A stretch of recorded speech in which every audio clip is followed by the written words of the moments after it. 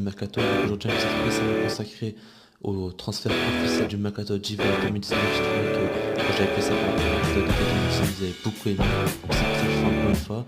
Donc c'est vrai qu'on avait fait beaucoup de records de likes assez impressionnant par rapport à cette série-là. J'espère qu'on va atteindre les 500 par rapport à cette vidéo. Et donc voilà, donc je compte vraiment sur vous pour les 500 likes. On va directement commencer par la première info officielle sur une vidéo. Je comptais du Barça comme vous savez avec un prêt de Sud par rapport à ce transfert parce que je pense que c'est un assez bon joueur central. Le Barça a absolument besoin de renforcer le secteur. Après, ce qu'il c'est qu'il faut un club de la chance si jamais il achète en définitivement. Et si jamais il n'a pas espéré, alors il va challenge, il a fait une déclaration comme quoi c'est le challenge de sa vie, il donnera tout être acheté au Barça. Donc ça va être très intéressant, on verra bien ce qu'il va donner. Mon avis c'est que je pense pas qu'il sera assez bon pour que le Barça l'achète. En tout cas, ça reste toujours bien, il y a toujours une possibilité de jouer. Mais bon, après c'est bien resté qu'il y a ce match de West Ham. Si on va pas passer à la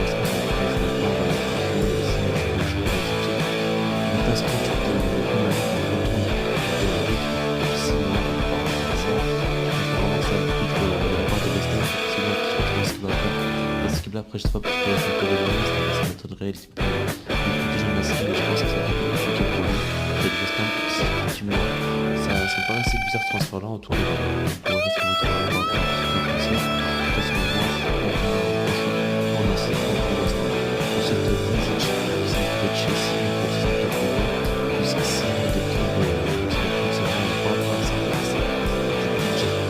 Pulisic ancien plutôt de Chelsea et après Chelsea dans le club qui a 6 mois de prêt genre comme ça termination de top mode et puis il arrivera à 30 mois de Chelsea donc ça je crois que c'est un très très bon transfert pour Chelsea après pour le prix je trouve que c'est très très mal négocié parce que Pulisic c'est un peu trop de 2020 parce qu'il va pas et il va aussi un top million en plus pour le Renault qui sera là je pense que c'est un peu négocié moins cher parce que là ça va être très cher peut-être les résultats pour le contrat qui sont ça va c'est bizarre et il a acheté et par rapport à ça je pense que c'est un très très bon joueur qui a un énorme potentiel et j'espère vraiment j'ai hâte de voir ce qu'il va faire de Chelsea.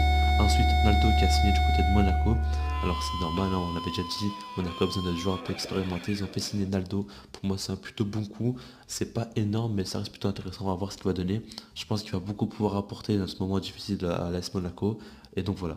Après Lucas Paqueta qui a signé donc du côté du Milan AC pour 35 millions plus 10 millions de bonus. Alors lui ça faisait un petit temps qu'on le savait, mais donc il a attendu la fin du championnat brésilien parce que pour ceux qui ne savent pas, le championnat se termine en janvier et donc la fin du championnat donc brésilien pour arriver. Donc comme je l'ai dit, il a signé pour 35 millions plus 10 millions de bonus Lucas Paqueta.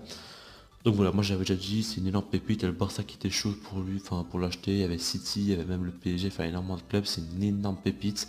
On verra bien ce qu'il va donner, je pense qu'il y a de quoi exploser du côté du Milan AC, et puis ensuite d'aller dans un très gros club, donc il va falloir vraiment faire très attention à lui, et de surveiller de très près parce qu'il risque vraiment d'exploser au Milan AC. Ensuite Solanke qui a signé du côté de Bournemouth pour 21 millions. Alors lui c'est une jeune pépite anglaise, un buteur un numéro 9, un pur buteur, il est vraiment très très bon.